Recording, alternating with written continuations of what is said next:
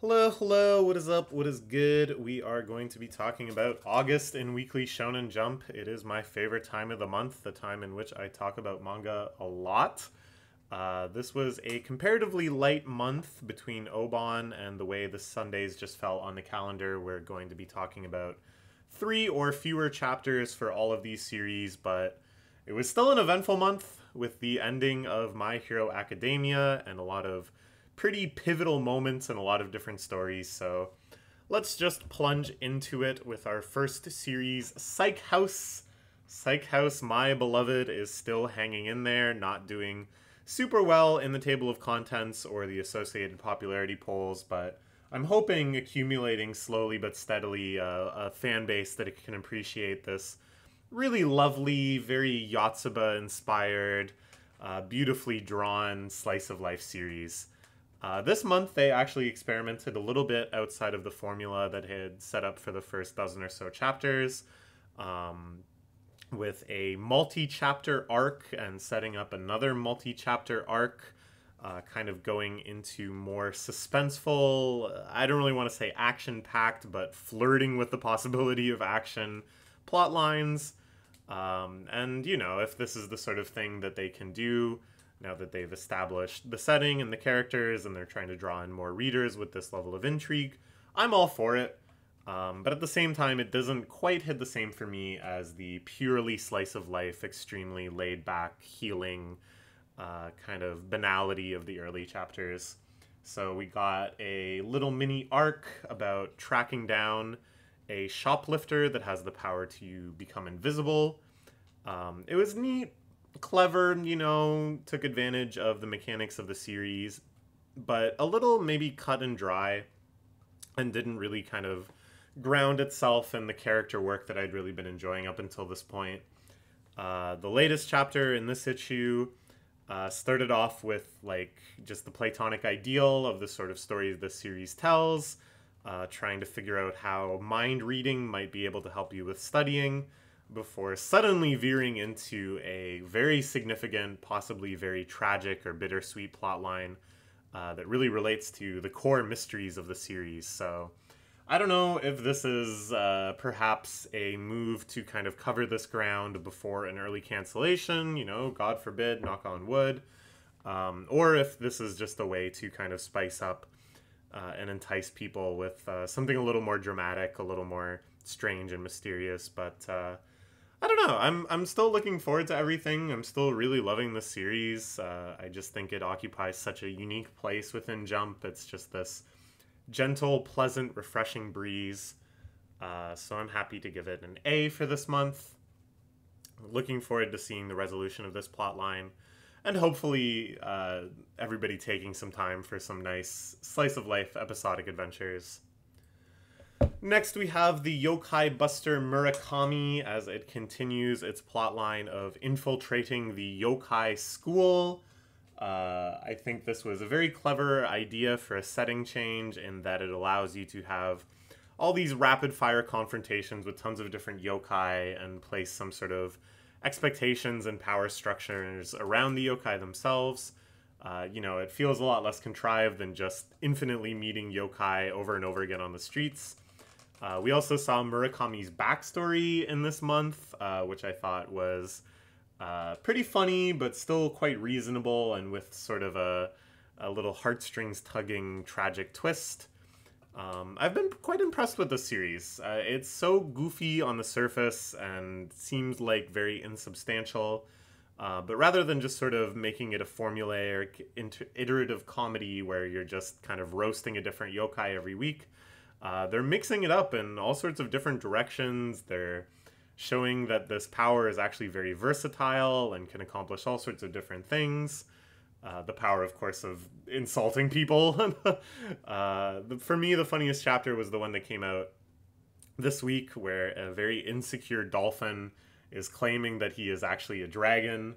The way that it mixes in roasts and insults about the real animal of dolphins, and this weird insecurity where he keeps reacting to them and going, well, actually, that doesn't matter to me because I'm a dragon, I found very funny. And just the way the dolphin was drawn is very comical to me. So It's good stuff. I'll give it an A- for the month. I think it is very comfortably settling into a groove. I'm just kind of hoping that it can develop a more extended cast and really kind of cement itself as something that has the legs to go for a long time. The potential is limitless. There's hundreds and hundreds of yokai, and it's showing that there's hundreds and hundreds of different ways to roast them as well. I think it's kind of fun that it's setting itself up with sort of the traditional power structures and kind of foreshadowing of a battle shonen while really sticking to this very silly insult-based formula. Good stuff.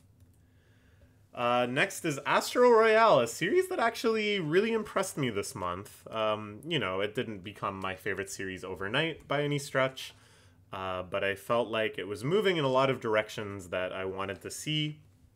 Before I had explained that this series, it just didn't really like hook me either on the conceptual level or the character level or the setting level or anything like that. And yet it was making these huge dramatic emotional swings as if I really cared about the bond between these adopted mafia brothers or whatever.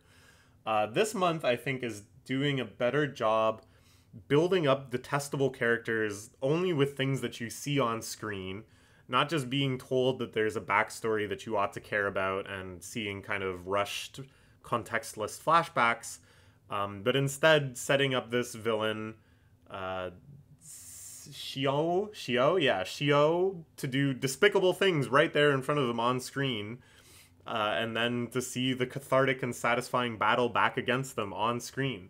This is kind of Shonen 101 stuff, and I'm glad that Wakui-sensei is, like, playing to these strengths and, you know, relying on the tenets of the genre. If you're going to have kind of a generic superpower battle shonen, you might as well take the lessons in how to develop battle shonen characters and stuff and take advantage of them.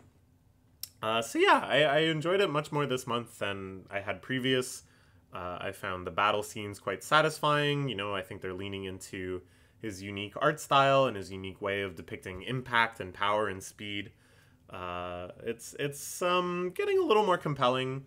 You know, I still haven't really been sold on the overall plotline, but I'm at least invested in this fight. I'm at least kind of curious to see how that will play out and curious to see how this villain will be punished or redeemed or whatever.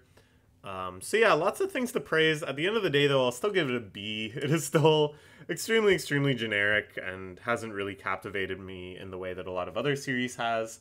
I think it's just starting to work on a real level of competency, and they're building up now a foundation that they can work from in terms of compelling storylines and things that you can get invested into. Okay. Next we have Kill Blue, another series that overall I would not say I am a big fan of, but actually kind of impressed me this month. The last arc I found really jumbled and all over the place and very purposeless in the end and just sort of messy and annoying. And the way that this next arc started also had me feeling pessimistic. Basically, there's two major kind of antagonistic factions. The Mafia ones that were kind of competing for information with our protagonists we hadn't seen in a while, and now they've all popped up posing as teachers and the principals of his school, which is like a very fun, silly premise and kind of serves as a consolidation point to get these characters involved in the story and get them involved in other zones like the home ec club and the relationships of the classmates and stuff. So it was like, on the surface I kind of liked it, but once again it just kind of seemed like a weird, vague, lost move from the series that doesn't really seem to know what it wants to do.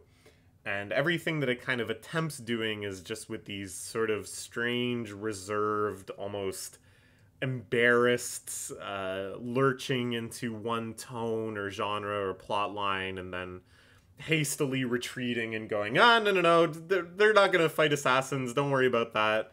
They're actually gonna have a murder mystery. No, not really, no, but there is a mystery, check out this underground lab, and I don't know, I guess they're gonna fight stuff and not really learn anything. Sorry, no, just kidding. So again, it just sort of felt like, okay, do you guys really have any ideas? But they did have one idea. The one chapter that came out this month that really impressed me is the one where our protagonist Ogami sits down with the chief antagonist, and he explains his grand motivations for all of the schemes he's been cooking up throughout the series. I don't want to spoil what it is, but it really struck me as hitting an awesome sweet spot of like both crazy and outlandish, but with this kind of like haunting plausibility. It's like very down to earth while still being just this like kind of extravagant master plan that requires the depth of ambition and fundraising and control and manipulation that he's been working towards. It really did a lot for me. I was like really impressed with how it was depicted and then how it was brought into kind of the core themes of the story, which again, the series, it almost feels embarrassed by this stuff. It doesn't seem like it really wants to play to the various scenarios that it's set up, and instead just kind of keeps throwing out these half-hearted things trying to see what will stick.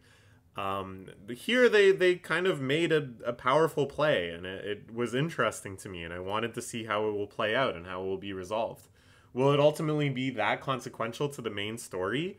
What the villain's ultimate motivation is, given that they're fighting on like level 1 out of 12 of his master plan? I don't know. But that chapter in isolation really did impress me. After that, it just kind of went back to the same messy, kind of wandering, rambling, unclear what it wants to be type storyline, as it suddenly lurches back into first gear. And it's like, hey, we're going back to the model where powerful elite students show up and challenge our protagonist to some sort of competition over the right to date Norin, which I think is a pretty weak and weird premise. But for some reason, they've decided that that's how they're going to orient this next arc, at least. So, I don't know. It is what it is. The series is still definitely trying to find its way and not really settling into anything that I find all that compelling or interesting or emotionally resonant. But I was really impressed with how they depicted the villain and his motivations and his grand plan. So I'll give it a B. Next we have me and Roboco, which I think had a fantastic month. First was the resolution to their tiny little mini arc where Roboco goes to the sci-fi world. I found this resolution to be very, very funny, very stupid. I love all of this genre parody stuff. I love how whole hog the artist goes into it, while still, on a meta level, kind of acknowledging how little sense it makes. And then after that, I kind of saw this coming. They did a tribute chapter to Boku no Hero Academia, which was very, very silly and didn't steep itself in any sort of unnecessary sentimentality. But really just cemented the series as being not just a gag manga that runs in Jump, but also this sort of meta comedy that is always commenting on Jump, which I really, really enjoy. And I think it just sort of solidifies this era of Jump. It becomes this sort of feature that ties the whole magazine together in a way that is sometimes very difficult with a magazine that contains so many different genres, so many different famous stories, blah, blah, blah. So yeah, I really like that. And then the chapter this week, oh man, a full-on Akagi parody with deep mahjong strategy and complexity. Okay, not really. But, depicting itself in the format of mahjong manga and going after the granddaddy of them all, Akagi, with just this bizarre parody that I loved on so many different levels. I really, really enjoyed that chapter. There's been, a few Fukumoto references scattered here and there, but I never expected that they would do such a complete and total parody of the first chapter of, again, a series that came out long before most Jump readers were alive. A series that actually started before I was alive, if you count 10, which is it's a spin-off of. It's a bizarre decision, and I really wonder how many Jump readers got this reference. I really feel old saying this, but I think it's more likely that they asked their dad, hey, what's the deal with this mahjong chapter? And it's the dad that goes, "Oh my god, they're parodying Akagi." I read this when I was 20. So yeah, really, really good stuff. I'm loving Roboco. It is just kind of a pure, beautiful gag manga that I think is so essential, you know, not just for the enjoyment of it of itself, but just its place in Jump as a magazine and kind of providing this energy and this commentary and bringing everything together. So I will give it an S minus. It breaks into the S ranks for the first time. Good job. Keep parodying manga that I love. That will make me happy every time. Okay, next we're going to talk about another series that is extremely near and dear to my heart. Discounting One Piece, which is kind of a cheater series given what it's playing off of. This is by far my favorite thing in Jump right now. I think it's just the best thing they're doing. And this month was beyond being no exception. I think another really high water mark for this series, starting off with a really lovely, beautiful, enchanting depiction of Akane's Rakugo, the style that she is now becoming kind of an overnight sensation for doing, where she just freely parodies and integrates all sorts of different similar Rakugo stories into one universe, seamlessly throwing in little references just to delight herself and the audience. It's a style that I think is very fun and unique and kind of shows how Akane stands out among her peers. It's one that also really reflects her character as someone who has loved Rakugo so much as a kid and just has a brain that is just churning with endless Rakugo stories. Like, it just makes sense with her playfulness and her curiosity that in the midst of telling a story, she would suddenly be inspired to make a reference to another one. So I love that. I love that this series has just consistently made all the sequences of Akane performing such delights, such moments where you really appreciate how much she's grown. I think it's very important that they value her performances in this series and they don't make them, you know, oh, here's another Akane performs chapter. Oh, she's just doing her shtick again. Okay, like, let's get to the meat of the story.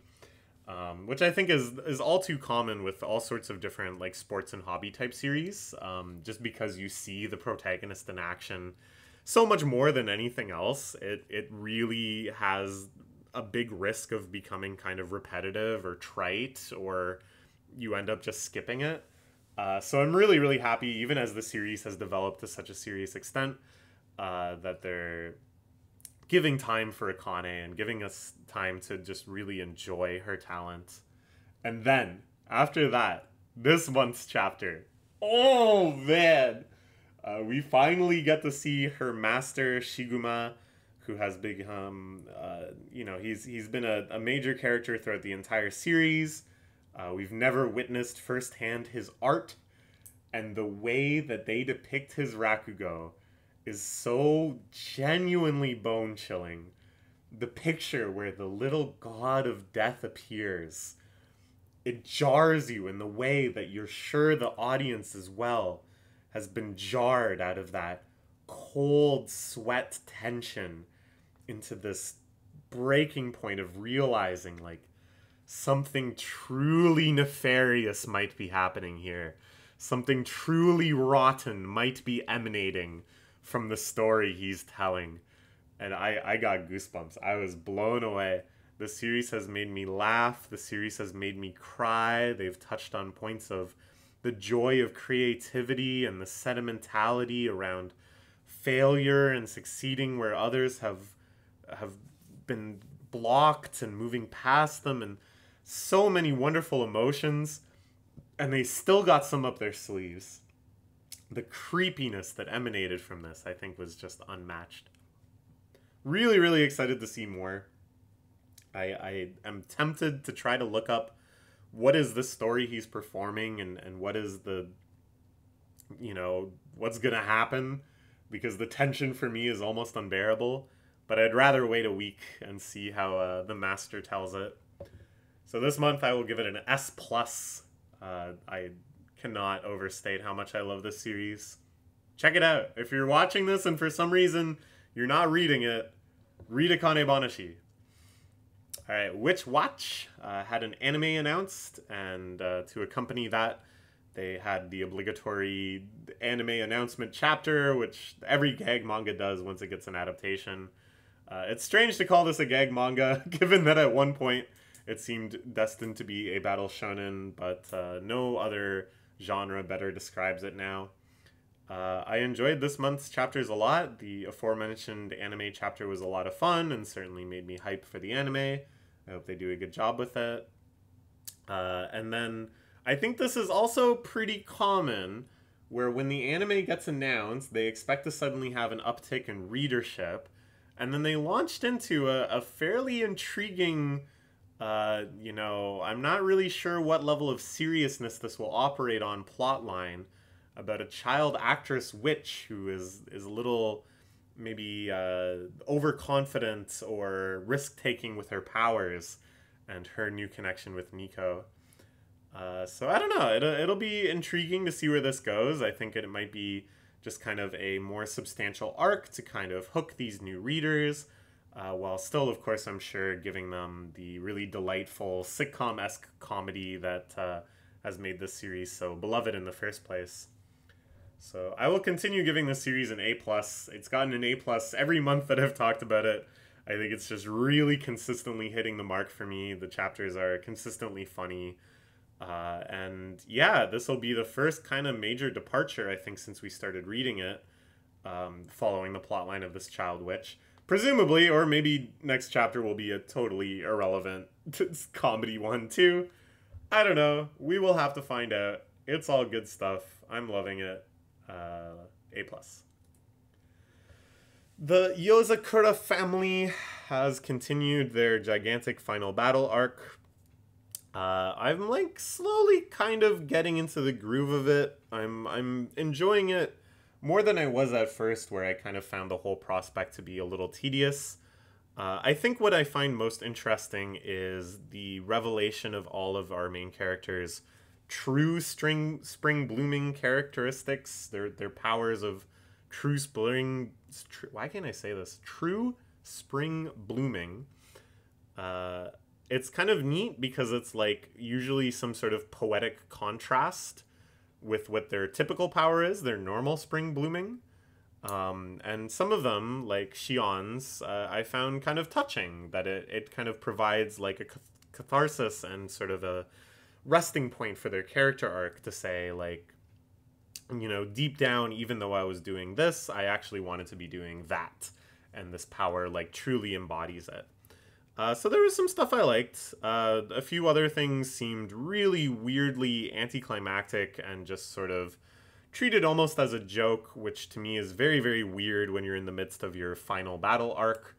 I guess that was supposed to be subversive or exciting, but I mostly just found it like bland and a letdown compared to what they could have done. Also full of wasted potential, this like gigantic hacker battle that's been unfolding now. Again, the premise around her true spring blooming is kind of interesting, and some of the visual effects and stuff have been pretty cool. But in the end, it's like a very kind of bland, generic fight again. Overall, I'm just very disappointed in how this series does fight scenes. Given that they pride themselves on, oh, we all have different combat prowesses and we all handle situations totally differently. It's a whole lot of, well, I summoned 800 of thing and they're going to explode, and or I just have the power to make things explode. But we'll see. We'll see how things progress. They're rushing up to the finale, that's for sure. So I'll give this a C. It's fine. The Elusive Samurai has continued to be very, very good. I find this battle that they're currently depicting to be very moving, very intense, still with a lot of the series' signature charm and weirdness and irreverence, but really, to an unprecedented degree, taking time for moments of sentimentality and camaraderie and just sort of relishing in the grandness and the heroism of everything that's transpiring.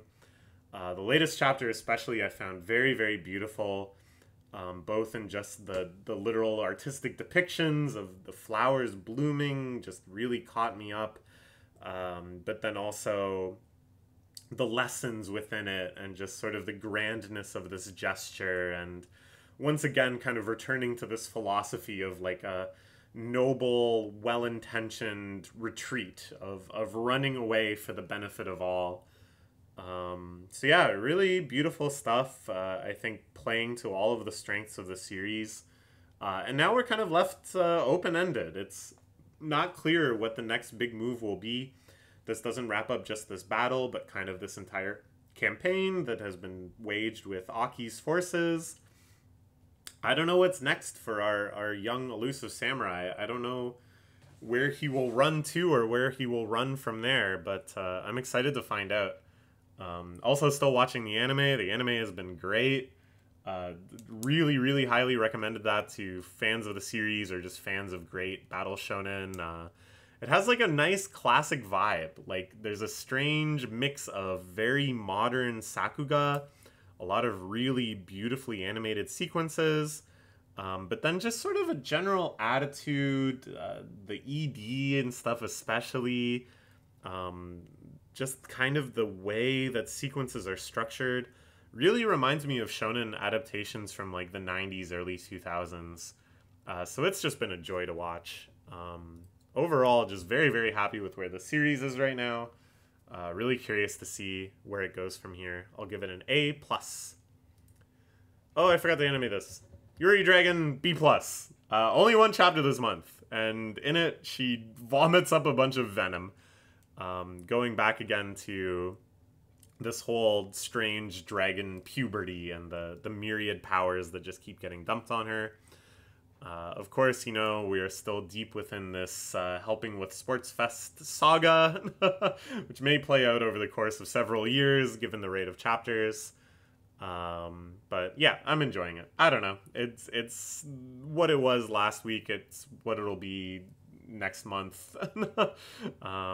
It's kind of interesting how much they tease us and taunt us with these ideas that, yeah, there's a couple adults in her life that really know a whole lot more about this situation than they let on. If they wanted to, they could just sit her down and teach her everything about dragons. But the series is kind of teaching you that it's alright to not know all that stuff. It's alright to kind of be stumbling through this blind and making of it what you will, and to not be overwhelmed with so many expectations for yourself. And so that's the attitude I'll have towards the series itself as well. I don't know what this is building towards. I don't know how long it will last. I don't know how many chapters we're going to get in a given year. But I'm enjoying the ones that we do get. So yeah, B+. The Super Psychic Policeman Shojo has continued building its reputation as just a nice solid gag comedy. There was a nice focus this month on a relatively new character they introduced, a former Yakuza boss, released from prison trying to go straight, seeing his adventures as he goes to like a maid cafe. I think they're doing a good job making him kind of this like secondary protagonist who has a lot of foibles and a lot of shortcomings, but is very fundamentally different than Shojo. I also really like this latest chapter where they're trying to film a flattering documentary about Chojo, and it just becomes this extremely contrived mess. It had a nice twist that in the end it was like, oh no, we actually liked it. This sort of comedy plotline has been done a million times, where like a scummy director shows up and wants to write or to film a very one-sided documentary that devolves into chaos, and then at the end everybody is aghast and appalled by whatever they put on screen. Here I think it was a fun twist that they made this like super flattering, super nonsensical video, and they were like, sweet, we're on TV. So yeah, the series is continuing to delight me with just this very irreverent, strange tone. And like I've been saying, gag comedy is all about the depth and the breadth of stories you can tell, the characters you have access to, the types of jokes you can make, the types of callbacks and references you can make. And I think they're doing a great job, very deliberately and intentfully building up these types of plot lines. So excited to see more. B+ for now. Blue box. Oh man, we are in the flubbing hours, my friends. I'm doing this pretty late at night, and blue blocks, you say? I don't know. Blue box only had 2 chapters. One, the kind of conclusion of the summer break chapters, which was very kind, very sweet, very sentimental, you know, the sorts of things that rom-coms in this stage should really lean into and embrace, I think. And the other one just set up some future arcs with them returning to school. Again, a rom-com in this sort of stage of its life is going to have a lot of side couple action, and the series is not disappointing on that front. I haven't been super caught up in any of the potential side couples yet, to the extent that I did the main couple, which is, you know, totally understandable, totally forgivable. That's not the priority. You gotta nail the main couple first. That sounds gross, but you know what I mean. You gotta do a good job with them first. So I'm kind of looking forward to, will they be able to build out those other relationships and make me interested in them to the same extent. Also, of course, setting up the sports angles, you know, raising the stakes as everybody inches towards graduation. Their goals become that much higher, their determination rises as well. Just all the stuff that you love to see in a sports series. I've been reading a lot of sports series lately that are entirely contained within 1 year. So it's been a nice change of pace for them to, like, focus on this idea of, hey, well, now we're just a year older and we can be even better. And we just go next. It has like a really nice, hopeful, exciting feeling of these guys just love playing badminton and basketball, and they're gonna do their best. So yeah, I'll give it an A this month. Really solid, nice stuff. Really playing to the strength of the series, and I think making a bid to have maybe another 100 chapters or so covering this year, and I think I would enjoy really relishing these relationships, really relishing all these different side stories. I think the series is in a great place right now, and I want to see how it goes. Oh, I forgot to animate this too! I'm off my game. Anyways, Kyokuto Necromance, which has made it, as you can see, to the first tankobon. I don't know if it'll make it much further. I think it's not been doing great in popularity polls. And as a consequence, they certainly have pivoted this arc to slam on the gas, get you to the final boss, and present you with a conclusion around every corner if need be.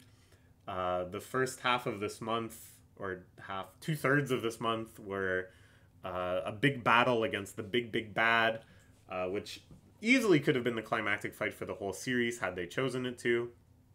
But at the last minute, they made a pretty interesting twist. I won't get into the details because I don't want to spoil it for anybody. But they just made some moves around kind of your expectations of how the fight would go in a way that, again, seemed a little pragmatic. But at the heart of it, they took time to really expound upon the philosophy of the characters involved in a really poetic way, where I don't think this is spoiling too much. Basically, the villain is like, okay, I've given you a choice, and what I know and what I'm doing this for is that I am cruelly punishing you with this choice because I know that no matter what choice you make, it will haunt you forever, and it will be a constant painful memory. And the guy he's telling it to, who's kind of like our secondary protagonist, is like, ah, yes, I'll probably remember this when I smell the sea.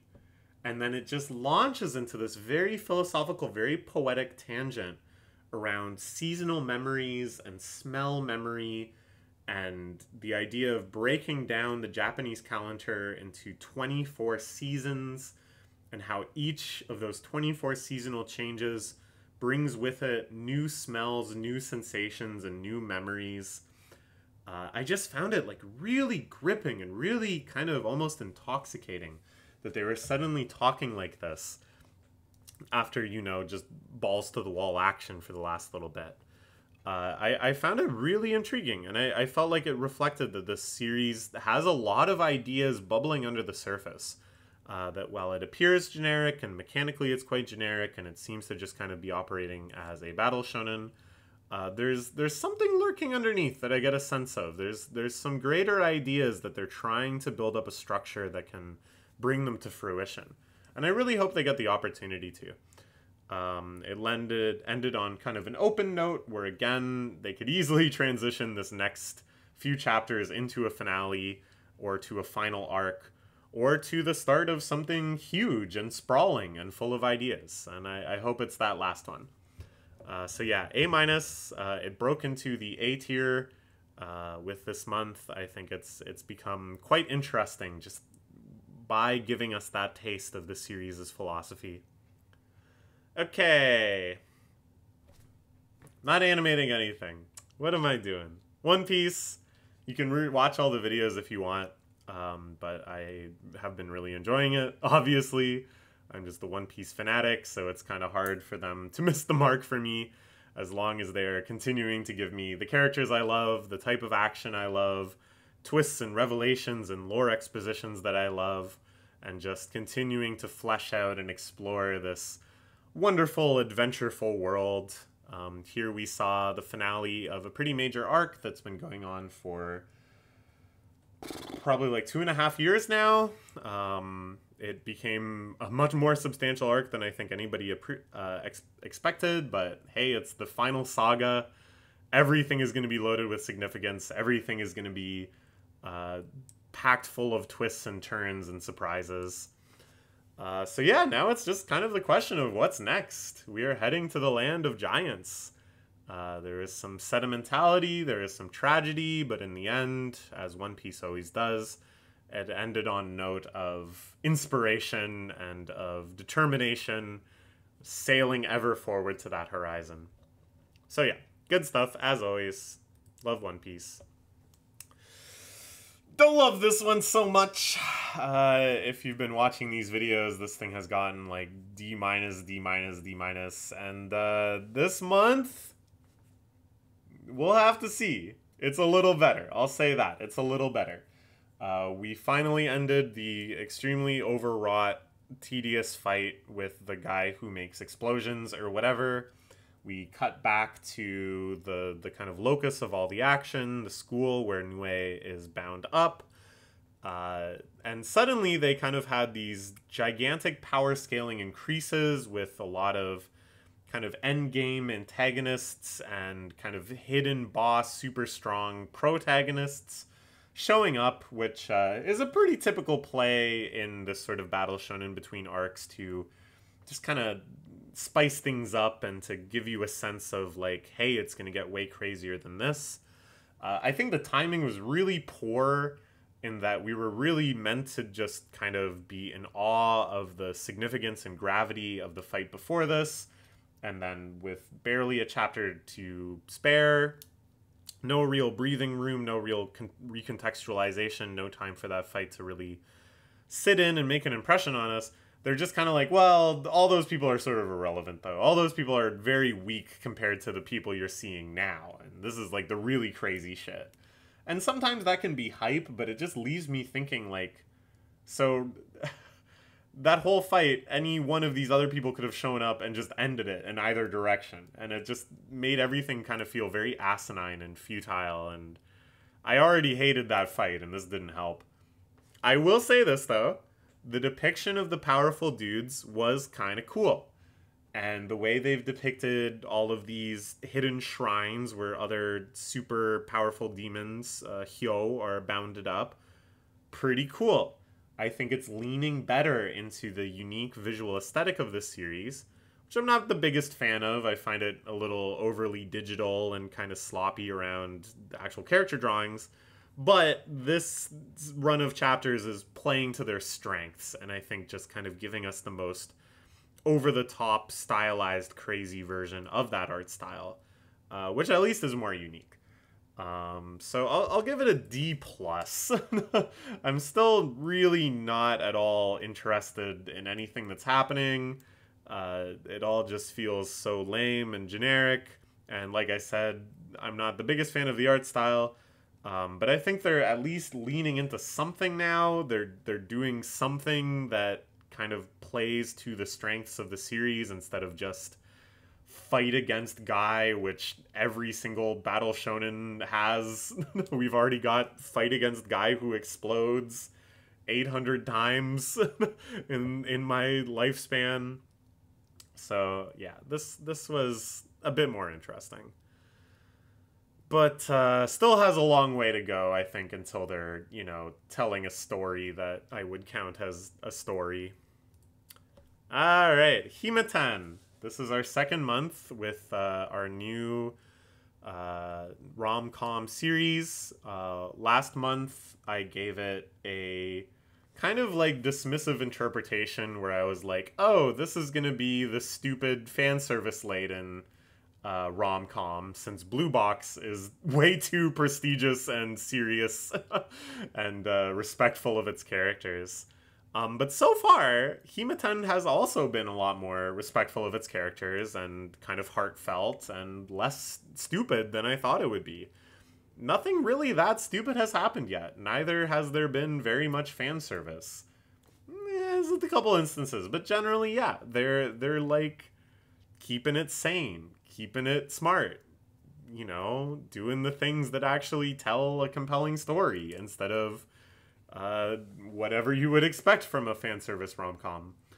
I will say that it feels like the series, much more than something like Nisekoi or We Never Learn, this is being written with consideration of a potential early axe, which I think is smart, not just because then you're not left with a stupid, unsatisfying ending, but because the story that you're telling by trying to kind of get through all the beats as quickly as possible is a lot more interesting than the one that you try to like drip feed with an aim to have like a 300 chapter run.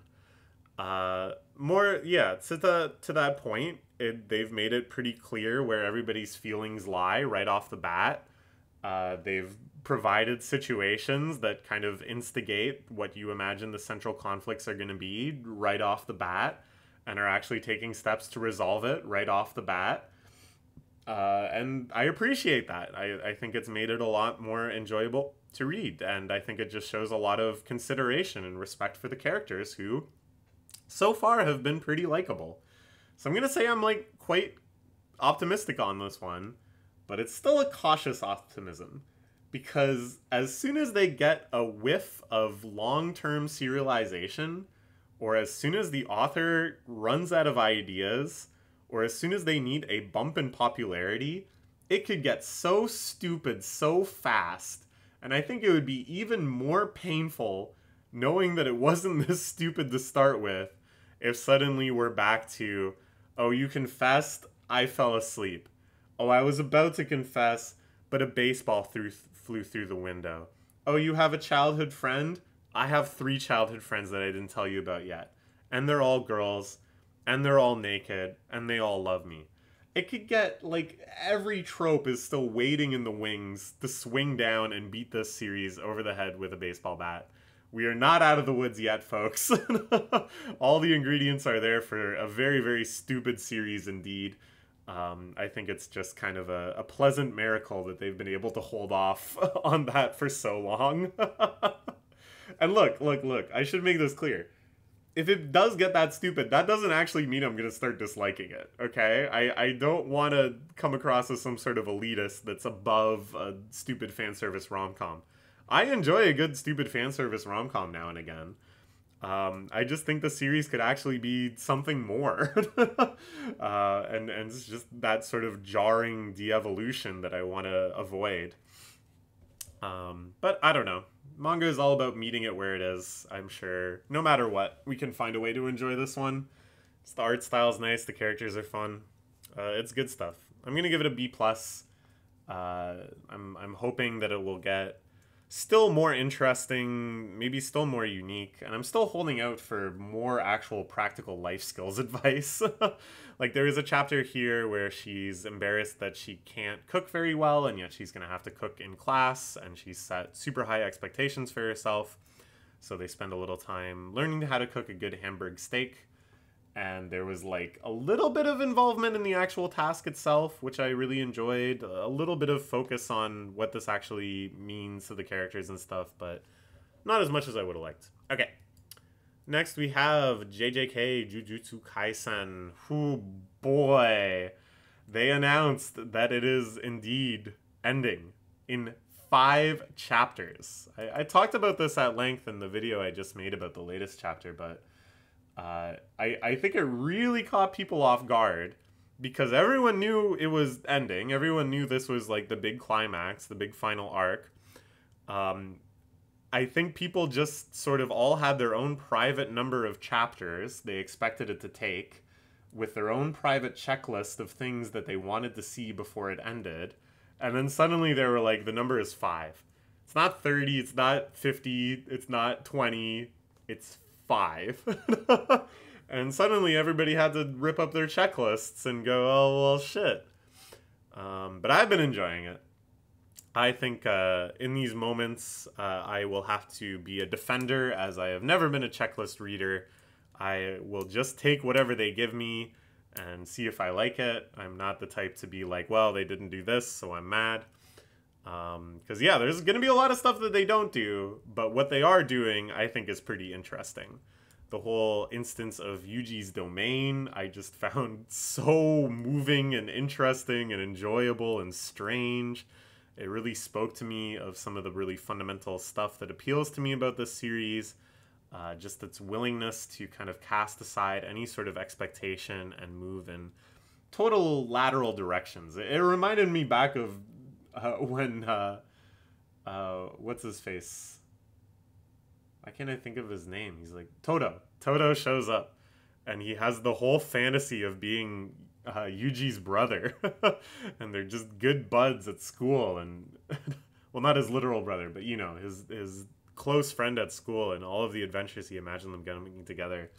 I had that same sort of feeling where it was just kind of freewheeling in whatever direction it felt like. I also was very, very happy with the big revelation that happened in this latest chapter. I know a lot of people are mad. I can't really figure out why they're mad. I'm so happy about it. And I don't know, I'm feeling optimistic about the rest of the series. I think in the end I'm not going to be totally satisfied, but I was never totally satisfied with this series. I wasn't its biggest stan or anything, but I enjoyed it, and I'm still enjoying it. I'll give it an S+ for the month, and it'll be exciting to share the next 2 months of its final 5 chapters with you. Okay, speaking of gigantic titans of Jump coming to an end, we had the final chapter of My Hero Academia this month. If you want to hear my thoughts at length, you can watch the video I made about it. But basically, I think this ending is fine. It really doesn't go outside of my expectations very much. I saw a lot of discourse about it. I saw a lot of people mad about it. But I don't know. I feel like each individual person was a bit disappointed. But had they had it their way, everyone but them would be much more disappointed. If that makes sense. This is aiming for a level of satisfactory as broadly as possible across all people in the series. Do I think that's a good way to write fiction media? No. I think it's much better to write something polarizing and crazy that has a chance at making a huge impact on someone. But that's not what we were going to get with My Hero Academia. That's never been what the series is about. This has always been a very middle of the road, down the line, give them what they want kind of battle shonen. And through the years, it's been very entertaining as that for me. I've had a good time reading this series because I like battle shonen, and this was a battle shonen through and through. Again, if you watch the whole video, I kind of get into what arcs I really liked and what elements I really liked and blah, blah, blah. So we don't have to get into that here. The final chapter, it was what I expected. I think it's kind of interesting that it took a second to kind of breathe, showing Deku's day-to-day life, showing that, you know, it isn't just glamorous and jam-packed with everything, but he's facing a lot of, like, typical adult realities of losing touch with your friends and not having enough time for everything and kind of reminiscing about things that you did in your youth that you can't do anymore. I thought that was very moving, and I would have been pretty satisfied if that was the true ending. And then, of course, there is the little subversive twist and la la la, and he gets everything. Sure. And that sort of wish fulfillment is, I think, pretty essential to the Jump experience, too. In the end, it doesn't really matter whether he goes back to being a hero or not, because, I mean, the series is over. Obviously, I think the idea of him becoming the greatest hero is him becoming a teacher and paving the way for the next generation. I think that's what the whole series has been about, is that kind of generational torch passing. So I think they kind of tried to have their cake and eat it too, kind of ending on that message while at the same time just being a total wish fulfillment. You got to do everything you want type ending. So yeah, I don't know. I didn't love it, but I liked it. It was very cathartic and nice to close the book on the series that I have been reading for a decade now, through a very tumultuous decade of my life. And yeah, I'm curious to see what Horikoshi Sensei does next. I think he could work in a lot of different modes. His art prowess is certainly off the charts. He has a real knack for character design. I think this is maybe only his beginning in his manga quest. Okay. The Ultimate Exorcist Kiyoshi, I have actually been very impressed by. I thought this series sounded more generic than anything Jump had ever run before, especially in this era of every series being like an urban fantasy about exorcising demons. And this one still is an urban fantasy about exorcising demons. And it actually became kind of more generic than the opening chapter, where it seemed to be more of like an absurdist comedy. Now it's shifted really solidly into a mode of just battling demons and exorcising them with all sorts of power hierarchies and different conflicting ideologies and factions and blah, blah, blah. But I think it's executing on it really, really well. I think the art style is very cool. I think the way that fights depicted are very cool. I still get a little gleeful giggle whenever they name an attack after a movie that I like, which happens pretty consistently. I think the world building is happening at a nice pace. Again, it's nothing mind-blowing. It's fairly generic. But just because the characters are so likable and there's so much expression and liveliness and character to everything, that I want to see what the other cross paladins are like. I want to see the systems in which these exorcists rank up and train and everything. Even though I know it'll be kind of generic, there's going to be that unique characterization, that unique style and feel, and that I'm just enjoying so much. I just want to see everything in that mode. I just want to see whatever this world contains in that mode. So yeah, really good stuff. This has been kind of a dark horse for me that's been creeping up my rankings for what I've been enjoying. I hope it does well. I hope they have time to really flesh out all this stuff. I think where it might stumble for me, though, is that if it keeps kind of taking itself this seriously and moving in this direction, which I generally think is good, they will hit a point where they're going to have like multi-chapter fight scenes between Kiyoshi and a demon that like really pushes him, or, you know, like multi-battle arcs where chaos is unfolding. They're already kind of anticipating one of these. Multiple demons fighting multiple exorcists and cutting back and forth between battles. Which again is like generic battle shonen stuff, but I feel like if they get too wrapped up in that aspect, they're going to drift further and further away from like the personality and the charm and stuff. So it's kind of like a balancing act where they have to use that personality and charm to get people invested, but then to pay off the grandness and the scope of the story they want to tell, they're going to have to like operate in that mode and just try to hopefully coast on their uniqueness through, you know, battle. It's a very, very common pattern with battle shonen. I can point to a lot of different series that kind of struggle with this. Mashal is the one that comes to mind first. So I don't know. It'll be interesting to see how it handles it. I think we're kind of gearing up for our first such arc probably in the next month. But for now, I will give it an A. I just think, who could have predicted this would be so good, you know? Just very solid, very fun. Okay. Next we have Undead Unluck, which had some really powerful climactic moments in this last month. the finale of the Tatiana arc, and then huge revelations, huge twists as we shift into what really seems to be the end game of the series. Some really crazy fights using Unluck, which we hadn't really seen in the forefront of the series in quite some time. Always a delight, just kind of the way that battles are written in the series is so unique. Kind of somewhere between choreographed action and JoJo's puzzle fighting, and just kind of weird, creepy, unsettling things happening all the time too. And then the Grand Master of all that stuff showing up right at the end. The return of Andy just made me so happy. You know, for being one half of the title and the second main character of the series, they certainly left him out for a long, long time, but that's certainly made my anticipation for his return grow higher and higher and higher and higher and higher. And now he's here, and I couldn't be happier. They even did the thing where she says the name of the series in a way that it was kind of surprisingly natural and super exciting. Yeah, this was great this month.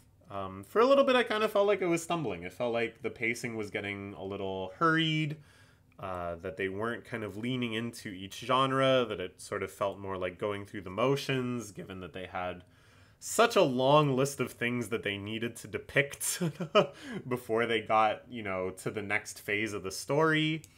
And I think that's sort of where wore heavily on the series. It sort of grinded down some of the more enjoyable aspects. Not that it was ever bad, but now it's like, okay, they've done their due diligence. They've told the story of all these characters. All the pieces are on the board. Everything is in place. Now it's back to the escalation. Now it's back to these climactic moments. And it was worth the wait. I'll give this an S-. Kagurabachi wrapped up its first real significant arc and then moved into this sort of inter-arc setup transitional period, which had a few kind of interesting twists, a lot of world building, and a lot of kind of interrogation of characters and themes. And quite literally an interrogation in the latest chapter.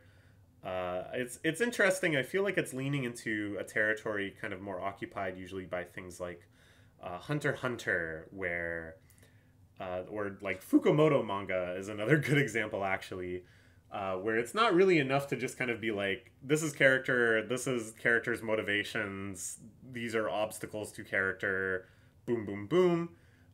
But a much more kind of complicated, nuanced relationship where they really break down layer by layer.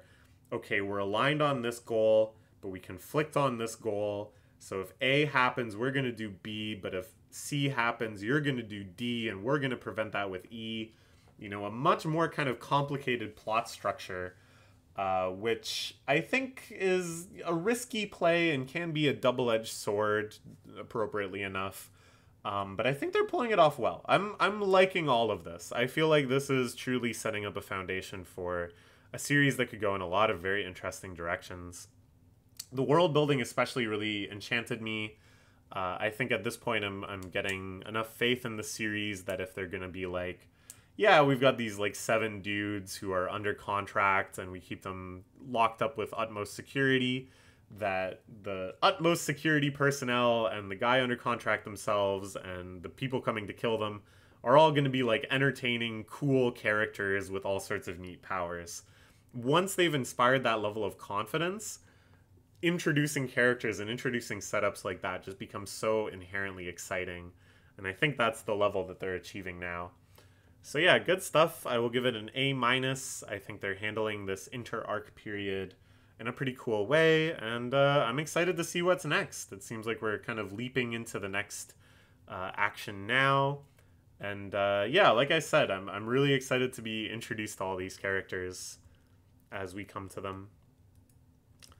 Alright, finally, unless I'm misremembering the order of these, we'll talk about Sakamoto Days, which itself is in kind of an inter-arc period, but with typical brilliance for this series, they've spiced up that inter-arc period with the wonderful, amazing, choreographed action that just plays out like an action movie out of your dreams. Some really, really good stuff as Sakamoto has to fend off all sorts of attackers while he pursues training and higher knowledge and a master to teach him.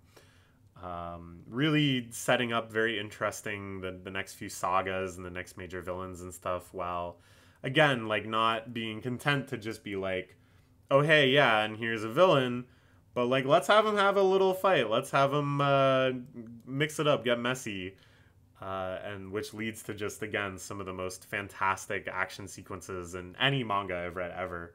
The chapter this month, oh man, the fighting on the monorail and stuff, like the sandblast attacks, there's just so many cool visuals, such a sense of flow and tension and impact and power. I really can't praise the action sequences in these enough. And the fact that they're able to consistently pull that off while still having really lovable, engrossing characters and a lot of intriguing lore, it's impressive. It's very impressive. I hope the anime does super well. I think the series deserves to stand near the apex of popularity in series and Jump. I think it has such a wide appeal while just being so quality that even battle shonen veterans like me are gonna take notice. So yeah, I'll give this an S-. Really enjoying this. Really looking forward to seeing how things are gonna shake out. Okay. Oh, my back is sore. I was at a concert last night. I think I was doing this too much. Yeah, that action hurts. Anyways, this was the tier list from last month, the month where so many things fell into the A+ zone. This month, looking a little different, still very top heavy. A lot of stuff managed to get boosted up to an S- this series even. Or this month even. It's basically the tier at which I'm like really feeling it. Like I don't want to shut up about how much I enjoy it. So yeah, good stuff. Overall, very happy with the state of the magazine. I hope we have another good month in September. And then after that, in October, something pretty crazy is happening. Something that I honestly was becoming skeptical would ever happen again. We are indeed getting new chapters of Hunter x Hunter. It will triumphantly return with chapter 401 to Weekly Shonen Jump. So I took this opportunity to reread the entire series. I had read chunks of it when I was a kid, back when my manga reading was very haphazard, and I would just kind of read like random chapters or start and then forget where I was and start at a different spot, and I read everything on like one manga, if you remember one manga, and then it would go down and I'd forget. And at any rate, my Hunter x Hunter knowledge was lacking. I thought it would be fun to just dive in again from the start. Right now, I am in the York New Auction arc. Overall, I am enjoying it quite a bit. I think I will talk about it at much more length on my manga chat video, and then probably a little bit when it actually comes back in the October video. So you can look forward to all of that. This is a series that I haven't really talked about very much on this channel. You know, being a One Piece fanatic, I certainly have some reverence for it as well. And I'm sure if you're watching this, it's a pretty good bet that you're a fan of it as well. So I'm looking forward to breaking down what I like about it, what works for me, all that good stuff. Okay, that's all for now. Bye-bye.